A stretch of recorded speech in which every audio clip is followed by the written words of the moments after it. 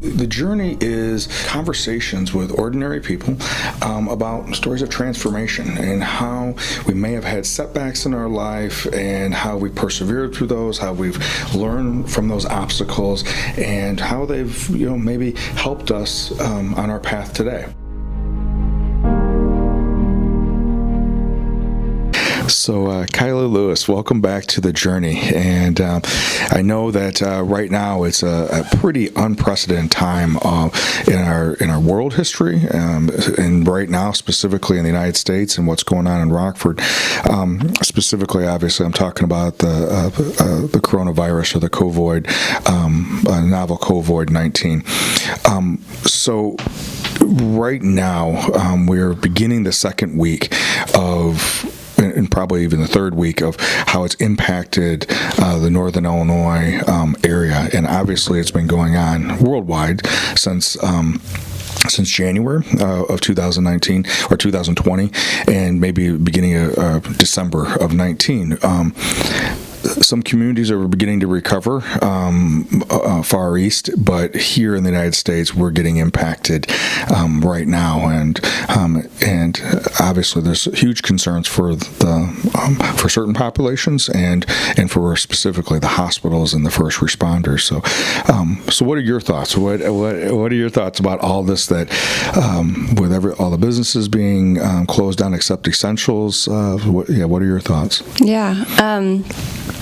Obviously a lot. I think that there's so many layers to this, just as an individual and then collectively. One, I'm grateful that we have the internet right now. I know that a lot of people might view it as something negative, where a lot of, fear and negativity is being spread. But imagine if we didn't have the internet right now. Yeah. Like, we wouldn't be able to share this. Sure. Yeah. We wouldn't be able to get information quickly or help each other or feel like, oh, we're not alone. Yeah. So gratitude for sure for that. Gratitude for a lot of other things too. You mentioned first responders. My mom's a nurse. My sister's a nurse. My brother-in-law is a firefighter. My dad works in a clinic. My stepdad was a fire chief. So, everybody's in it. I'm not in that. But I can understand, I can't, I guess, understand what they're being faced with right now. Right. Just having to go to work and then knowing that they have to now wear masks and plastic over their face and just to take care of themselves, but also to protect the people that they're, taking care of. I think there's just a lot of confusion. I have no idea what I think, because I have really no idea what's actually going on or what it's going to all lead to, I guess. Yeah. Well, and I think there is this element that going into this, there was, for I don't know how long, via technology, via the internet, as you said, there had been this awareness that, well, what is truth? This, is it real news? Is it fake news? Is it a hoax? Is it, just in general, even before all this started in 2020, what do I believe? Who do I believe?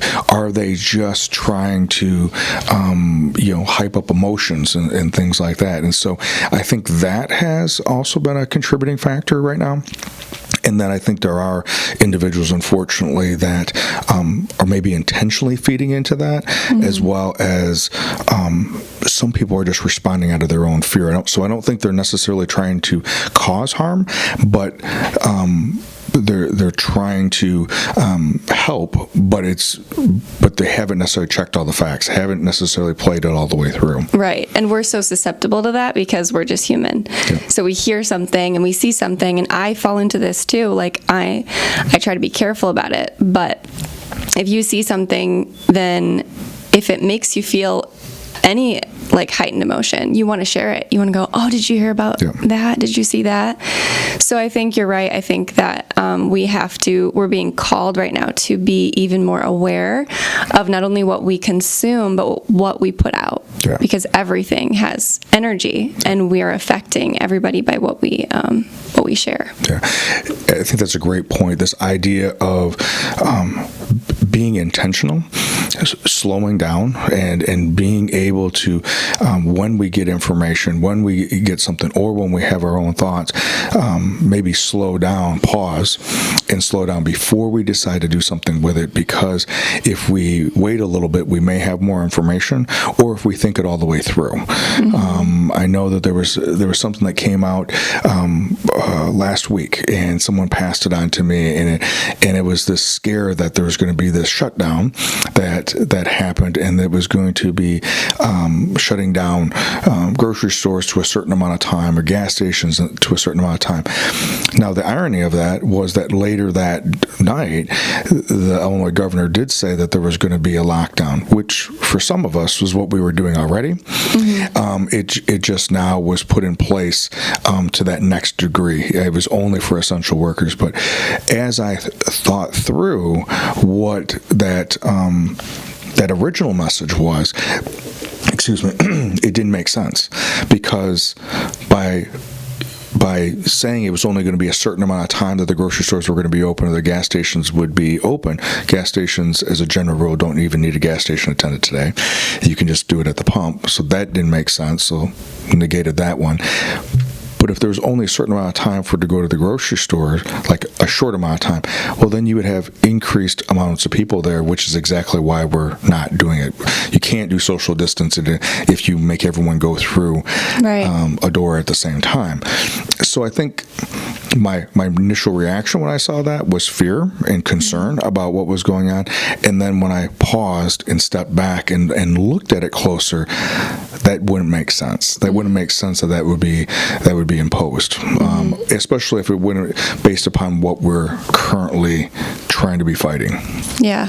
So I think this idea also of social responsibility, of how do we help first responders, how are we helping indirectly helping the individuals that work in the hospital by not going to the hospital if I'm having minor symptoms, or if because right now, with all of our anxiety or awareness of what's going on with our bodies, we may be feeling, do I have a fever right now? Well, maybe the room is just warmer. Yeah.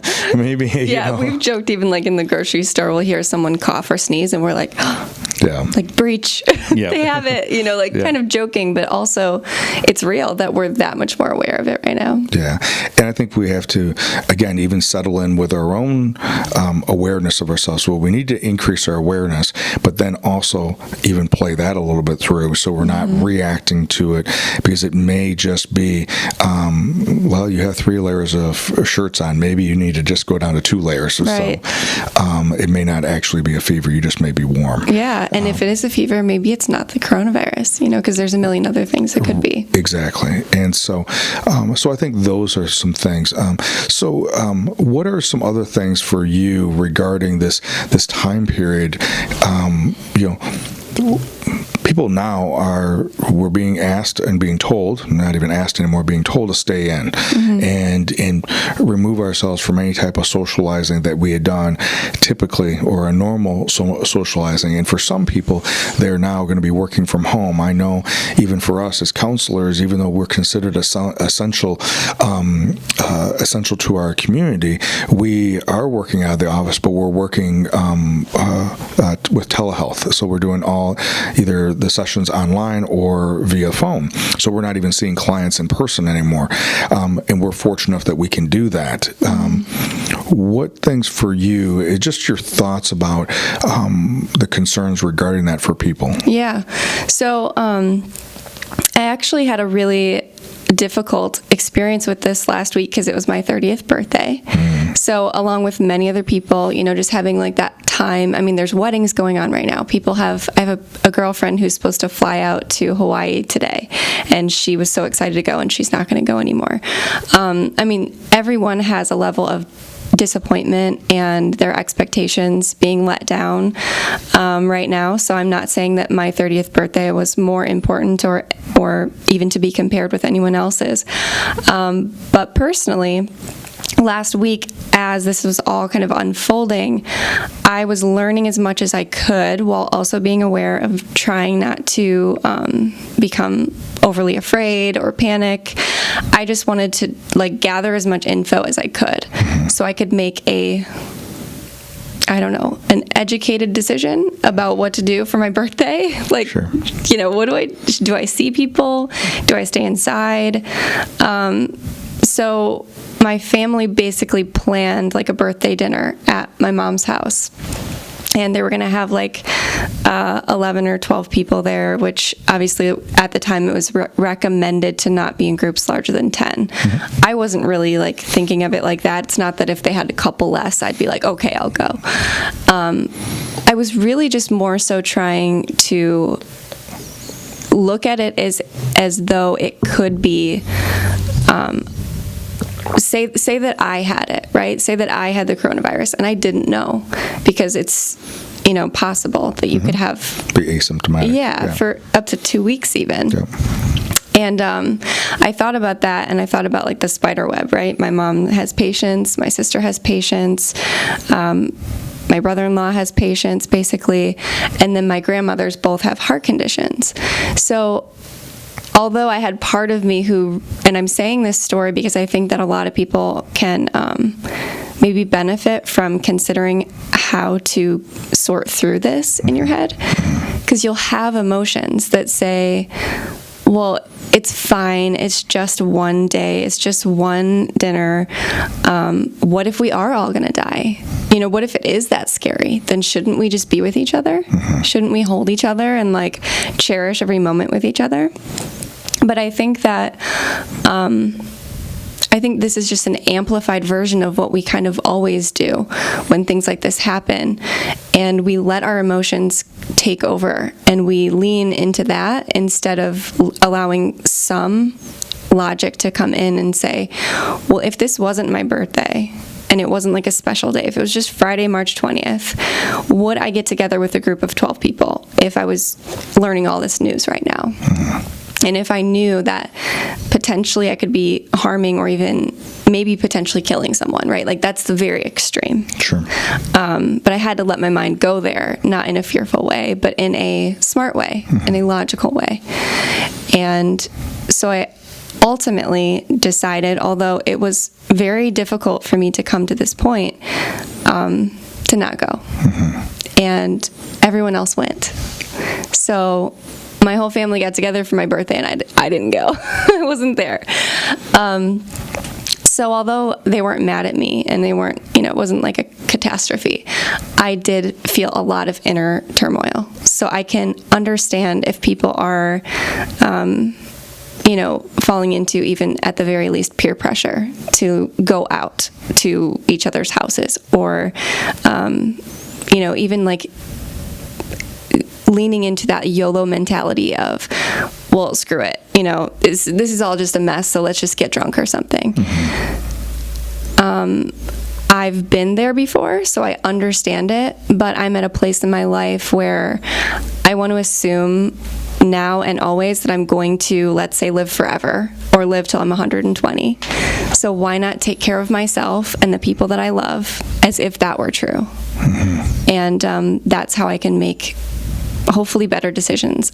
I don't know if that was the right decision. I don't think that there is a right or wrong decision in my birthday situation or any other, but you have to like remove your emotions, as hard as that is, and try to make whatever decision feels like the smartest one. And the best part about it is the next morning it was over. It was like, oh, right, that was no big deal, and my family still loves me, and I love them, and I'm still 30 years old now, and like, sure, everything's fine. Yeah. So, it's an interesting thing about we pick things, right, as milestones. We pick things as things that are important to us, or we get in our mind that this is what I want to do, and at that point, our perception is that now we've wrapped value around that, and in many times, and I think that's one of the things that is definitely coming up right now. We're having outside things telling us, no, you can't do that. No, we don't want you to do that. No, there's risk here. And then we have to internally, what are we going to do with that?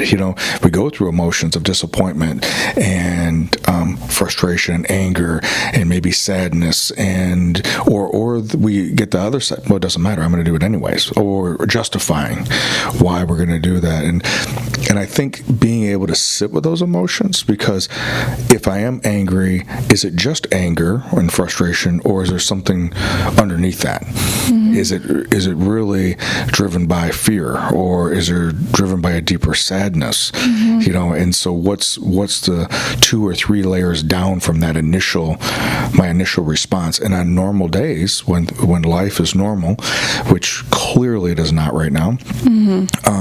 We may not even give enough time to that. We may just react to it, respond to it, get busy and distract ourselves, which is what I want to talk about next, and not even see that there's something down there. But I think this idea of the seed of being planted of social responsibility, that there's a responsibility that, and again, not making judgment on anyone that did get together, right. but you made a choice of doing what you did to go in, or in this case, not go, because you didn't want to potentially harm someone.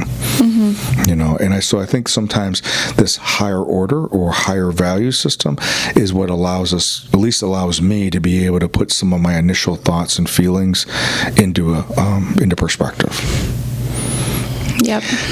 So let's talk about this idea that because we went from whatever our normal was 2-3 weeks ago, a month ago, and now all of a sudden everything's in disorder, right? Mm-hmm. Everything is turned upside down.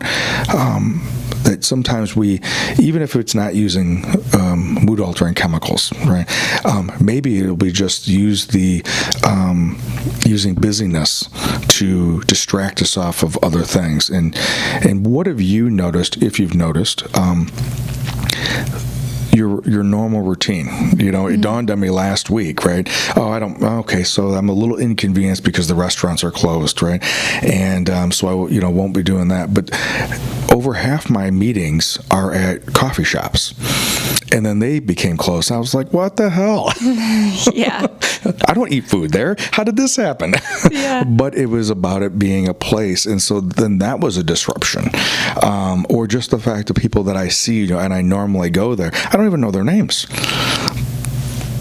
I haven't seen them now, or when we, the 3 of us meet, or other people that I meet, that was disrupted. Mm-hmm. But how much do you think now with things slowing down? I know you've been practicing this a little bit before this, but slowing down, or we're forced to slow down, that busyness when that busyness is removed, other things might start popping up.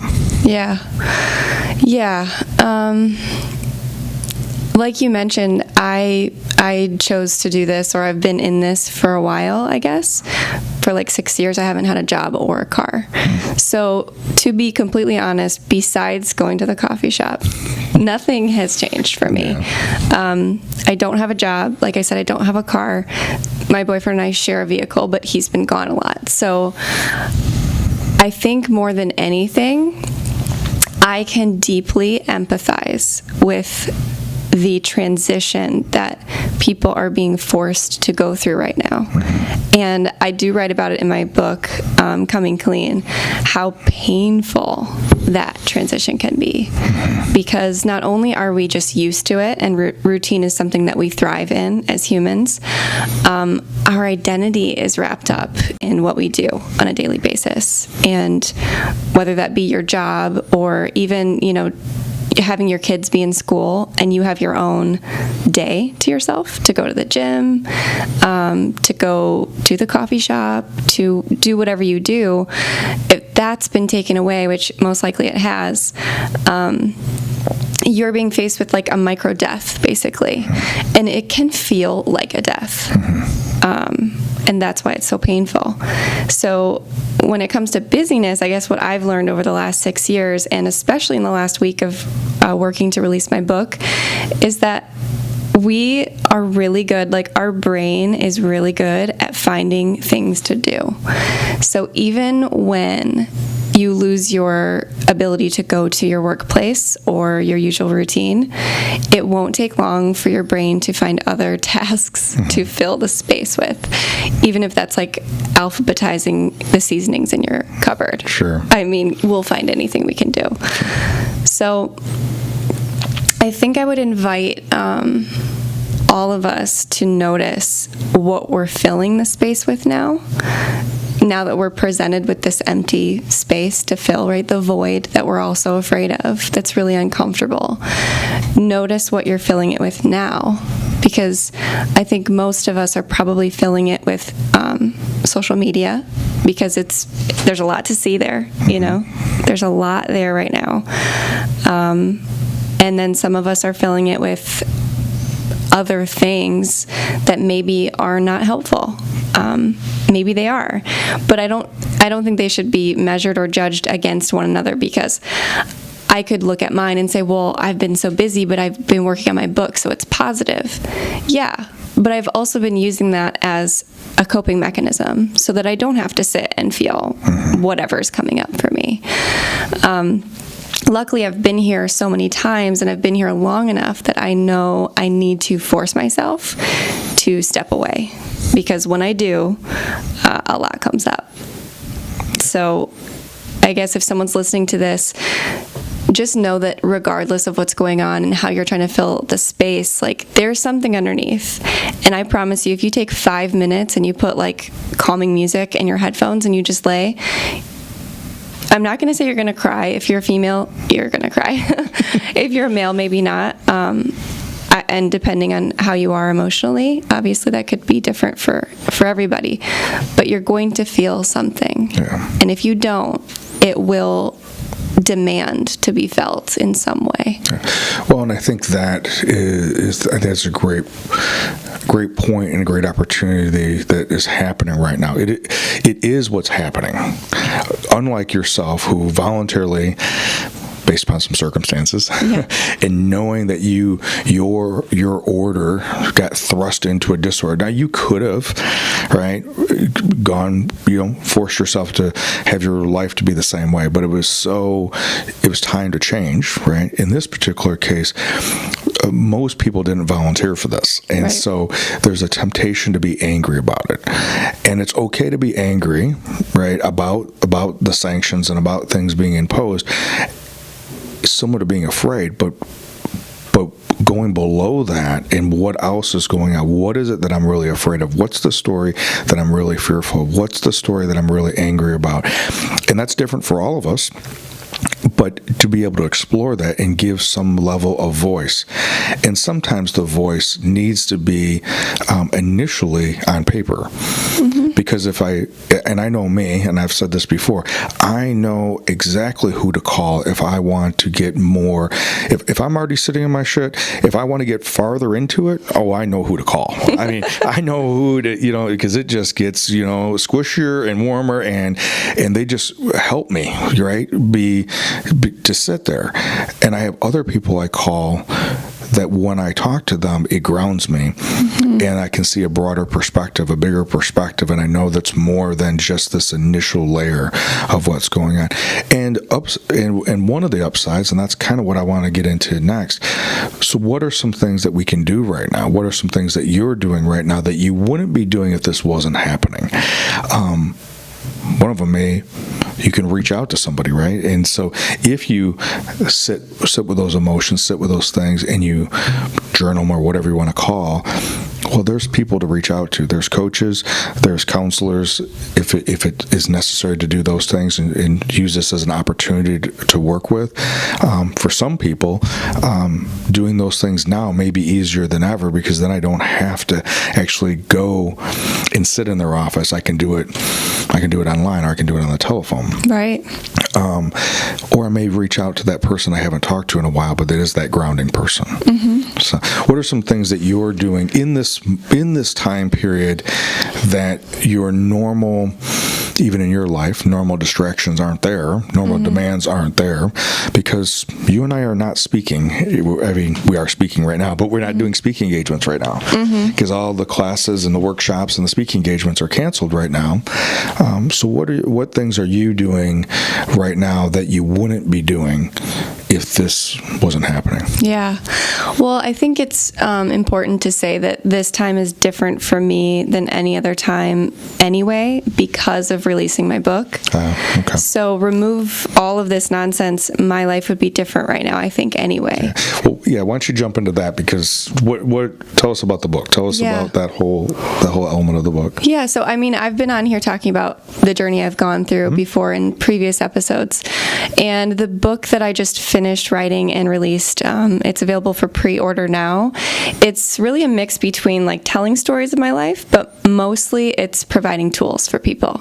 So at the end of each one is a writing exercise, which you were just mentioning is a great time to, this is a great time to do things like that, because you have time, you have you're vulnerable right now, so you can more easily access those emotions, maybe. Okay. So the book is filled with guidance and tools for people to really continue or begin their journey of getting closer to a life that's in alignment with them. So that's why, I mean, honestly, this whole thing that's been going on for me at first, I was like, oh no, like I shouldn't do anything with the book. I need to hold off till everything goes back to normal. And then the more I started to reread my book and read posts from people, I realized how perfect it was. Because what I'm doing in the book is I'm helping you let go of your attachments to being busy, to placing your identity on your work, to having to go out shopping, like thinking that you need a closet filled with stuff, or a bank filled with money, or a house filled with decorations, like the things that you can have, sure, but don't attach yourself to it, because when you have a moment like this, you realize how fragile everything is. Yeah. And I think, that just... it's kind of one of the reasons why I wanted to make sure that we spoke today at this time period, because similar to your book, it is just like with the counseling that we're doing, I recognize that people are scared. Other stuff's coming up for people. Their normal distractions, their normal things they use to numb themselves or focus on other things are now getting taken away. We have individuals that the homeostasis, even in their families and their relationships, are predicated on distance. Now they're in the same household, and there's no place for them to go, including work. And so, in school. And so, what things can we do to continue to help people not only have hope, but actually tools to navigate through this time period? Similar to the question that I asked you about yourself, what would you be doing? What are you doing now that is only happening as a result of these circumstances? And I think that's a question that I want other people to be asking themselves, that may be listening. What things am I choosing to put into my space, into my headspace, that's life-giving for me? How can I grow through this time period? That this is a growth time period, not just yes, things are being taken away, and yes, there are things that are scary and unknown, but it's also a time for us to grow and to expand, and even if that is in a different way than we ever would have thought. And it surely isn't a way that any of us would want it to be. I always have plans, right? And then life has different ones. Exactly. So Kylie, regarding just speaking of your book and speaking of the tools that could be coming from the book, and I am glad that you faced that concern and pushed through and got it out. I know you've been working hard on an audio aspect of that as well. If people were interested either in the book or in the audio book or just in talking with you in general, what's the best way for them to get a hold of you? I would say probably my website, which is KylieMLewis.com/book, which is just cool to say. Yeah. And Kylie, why don't you spell your name too? Yeah. Kylie, and then M for Morgan, Lewis. Okay, perfect. Yeah, and then on Facebook you can find me at Kylie M. Lewis also. Okay, perfect. So, Kylie, if there was something that you know, to the listeners, and I know that, now because we're talking together, there's going to be expanded amount of people that'll be listening just because so many people follow you. What would you want to share with them during this time period? I think something that you kind of touched on, the fact that like we have these emotions, but what's underneath them. Something interesting that actually has come up for me, regardless of my book, or maybe because of my book, right? Sure. Inner child work. Like all of us have this little kid inside that is, I think, always like on edge in a sense, because that's the essence of a child, is that they are vulnerable, right? And they're uncertain, and they're looking for guidance and support and stability. And right now, more than ever, I think all of our inner children are just like freaking out. Like, Sure. wait, but like, what's happening? Like, are we going to be okay? Like, who's going to take care of me? Or whatever the question is. So, for myself included, this is an opportunity to go in and heal your inner child by being the stability for him or her, by trying to comfort instead of feed the panic, by really being careful about what you do consume. Notice how you feel when you're listening to something or watching something, because if you start to feel that tight chest and short breath and the panic and the heart racing, stop. Pull yourself back and ask yourself, is this how I want to feel? Because how you feel matters. And whether you think of it as your inner child or not, I think this is an opportunity for growth and healing for sure. Well, and I think going along with that, I think there's certain types of time when we're going to go through discomfort and pain. And there's time for discomfort and pain that allows us to go to growth. And there's times when we have discomfort and pain that is life-taking. And so those things that we've been talking about, that you may be exposed to something and it causes initially a wave of fear because it's making us uncomfortable, but using some of those exercises that you were talking about and sitting in it, I think that's a growth pain, like working out, right? Yeah. And if you resist that, then there won't be growth. But if I am doing okay, right, and then all of a sudden something comes across my news feed on social media, and then I notice that my adrenaline spikes, and then I start reading it, and even though it spikes, I start going into a fearful mindset. The world is, the sky is falling type of mindset. Yeah. Now I have to be aware of, maybe I shouldn't go to that news. Maybe I shouldn't go because, number one, it may not be 100% accurate. Right. Two, is it coming from a grounded source, or is it coming from someone who, some situation that has a vested interest in this particular feeling? I think those are when you were talking about guarding ourselves from those exposures. Yes. And going, no, I don't need to touch that electric fence again. I know how it's going to be. Yes. And that's not growth. That's life-taking. Yeah, that's a very important distinction because I agree. I mean, in order to grow, you have to endure discomfort. I guess it's about, like you said, choosing, is this unnecessary discomfort that's not going to help me?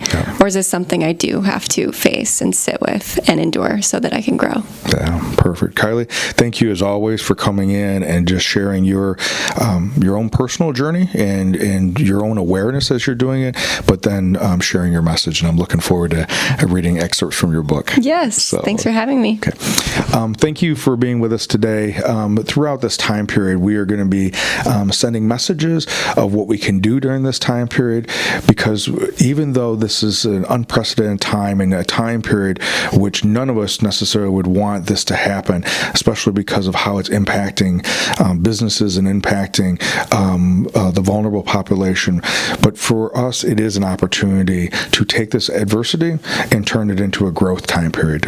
Thank you for being with us, and we will see you next week.